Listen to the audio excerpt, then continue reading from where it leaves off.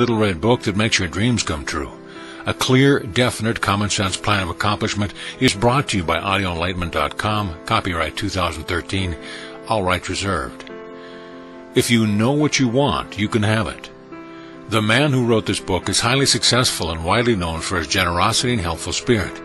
He gives full credit for all that he has accomplished in mastering circumstances, accumulating wealth, and winning friends, to the silent working out of a simple, powerful truth which he tells of in his work.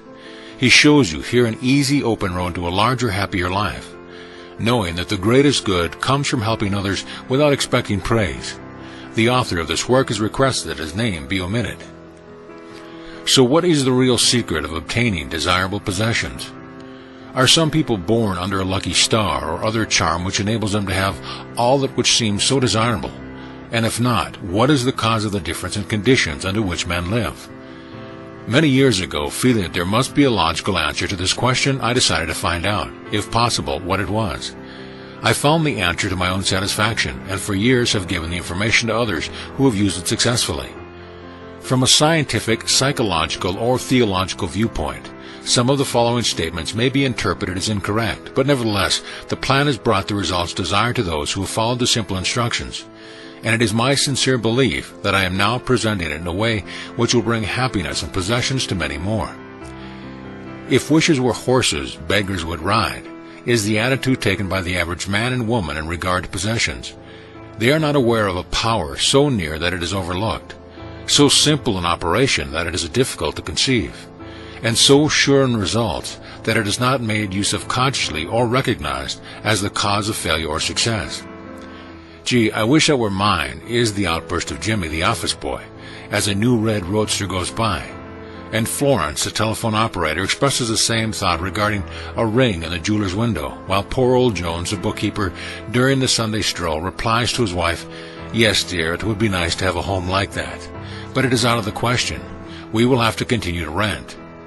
Landham, the salesman, protests that he does all the work, gets the short end of the money, and someday will quit his job and find a real one. And President Bondum, in his private sanctorum, voices a bitter tirade against the annual attack of hay fever. At home is much the same. Last evening, Father declared that daughter Mabel was headed straight for disaster. And today, Mother's allowance problems and other trying affairs fade into insignificance as she exclaims, "This is the last straw." Robert's school teacher wants to see me this afternoon. His reports are terrible. "You know, but I'm late for bridge now. She will have to wait until tomorrow." So goes the endless stream of expressions like these from millions of people in all classes who give no thought to what they really want, and who are getting all they are entitled to or expect. If you are of these millions of thoughtless talkers or wishers, and would like a decided change from your present condition, you can have it. But first of all, you must know what you want, and this is no easy task. When you can train your objective mind, or the mind that you use every day, to decide definitely upon the things or conditions you desire, you will have taken your first step in accomplishing or securing what you know you want. To get what you want is no more mysterious or uncertain than the radio waves all around us. Tune in correctly and you get a perfect result. But to do this, it is of course necessary to know something of your equipment and have a plan of operation. You have within you a mighty power, anxious and willing to serve you, a power capable of giving you that which you earnestly desire. This power is described by Thompson J. Hudson, Ph.D., LL.D., author of The Law of Psychic Phenomena, as your subjective mind. Other learned writers use different names and terms, but all agree that it is omnipotent. Therefore, I call this power Emmanuel, or God in us. Regardless of the name of the great power, or the conscious admission of a God, the power is capable and willing to carry to complete and perfect conclusion very earnest desire of your objective mind. But you must be really in earnest about what you want. Occasional wishing or half-hearted wanting does not form a perfect connection or communication with your omnipotent power. You must be in earnest, sincerely and truthfully desiring certain conditions or things, mental, physical, or spiritual. Your objective mind and will are so vacillating that you usually only wish for things, and the wonderful capable power within you does not function properly. Most wishes are simply vocal expressions. Jimmy, the office boy, gave no thought of possessing the red roadster. Landham, the salesman, was not thinking of any other job or even thinking at all. President Bondham knew that he had hay fever and wasn't expecting it. Father's business was quite successful, and Mother no doubt brought home first prize from the bridge party that day. But they had no fixed idea of what they really wanted their children to accomplish, and were actually helping to bring about the unhappy conditions which existed. If you are in earnest about changing your present conditions, here is a concise, definite, resultful plan with rules, explanations, and suggestions. The plan. Write down on paper an order of their importance the things and conditions you really want. Do not be afraid of wanting too much. Go to the limit in writing down your wants. Change a list daily, adding to or taking from it, until you have it about right. Do not be discouraged on account of changes, as this is natural. There will always be changes and additions with accomplishments and increasing desires. 3 positive rules of accomplishment. 1. Read the list of what you want 3 times each day, morning, noon, and night. 2. Think of what you want as often as possible. 3.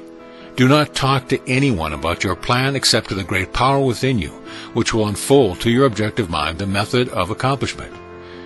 It is obvious that you cannot acquire faith at the start. Some of your desires, from all practical reasoning, may seem positively unattainable, but nevertheless, write them down on your list in their proper place of importance to you. There is no need to analyze how this power within you is going to accomplish your desire. Such a procedure is as unnecessary as trying to figure out why a grain of corn placed in fertile soil shoots up a green stalk, blossoms, and produces an ear of corn containing hundreds of grains, each capable of doing what that one grain did. If you will follow this definite plan and carry out the 3 simple rules, the method of accomplishment will unfold quite as mysteriously as the ear of corn appears on the stalk, and in most cases much sooner than you expect. When new desires deserving position at or at the top of your list come to you, then you may rest assured you are progressing correctly. Removing from your list items which at first you thought you wanted is another sure indication of progress. It is natural to be skeptical and have doubts, distrust, and questioning. But then these thoughts arise, get out of your list, read it over, and if you have it memorized, talk to your inner self about your desires until the doubts that interfere with your progress are gone. Remember, nothing can prevent you having that which you earnestly desires. Others have these things, why not you? The omnipotent power within you does not enter into any controversial argument. It is waiting and willing to serve when you are ready.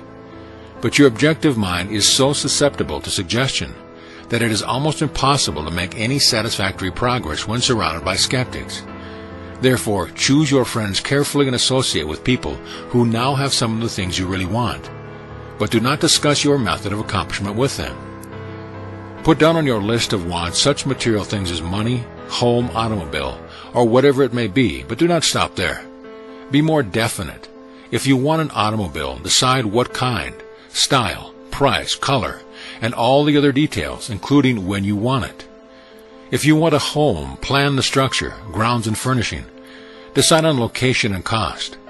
If you want money, write down the amount. If you want to break a record in your business, put it down. It may be a sales record. If so, write out the total, the date required, then the number of items you must sell to make it.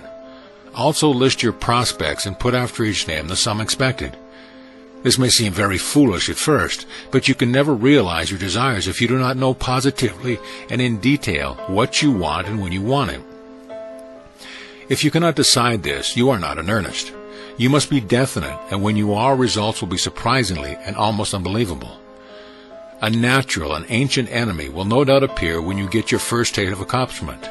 This enemy is discredit, in form of such thoughts as, "It can't be possible. It just happened to me. What a remarkable coincidence." When such thoughts occur, give thanks and assert credit to your omnipotent power for the accomplishment. By doing this, you gain assurance and more accomplishment, and in time prove to yourself that there is a law which actually works at all times when you are in tune with it. Sincere and earnest thanks cannot be given without gratitude, and it is impossible to be thankful and grateful without being happy. Therefore, when you are thanking your greatest and best friend, your omnipotent power for the gifts received, do so with all your soul and let it be reflected in your face. The power and what it does is beyond understanding. Do not try to understand it, but accept the accomplishment with thankfulness. happiness, and strength in faith. Some cautions. It is possible to want and obtain that which will make you miserable, that which will wreck the happiness of others, that which will cause sickness and death, and that which will rob you of eternal life. You can have what you want, but you must take all that goes with it. So in planning your wants, plan that which you are sure will give you, your fellow man, the greatest good here on earth, thus paving the way to that future hope beyond the pale of human understanding.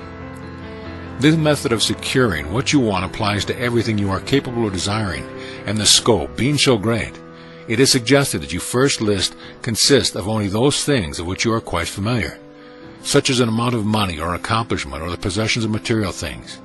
Such desires as these are more easily and quickly obtained than the discontinuity of a fixed habit, the welfare of others, and the healing of mental and bodily ills. Accomplish the lesser things first, then take the next step, and when that is accomplished, you will seek the higher and really important objectives in life.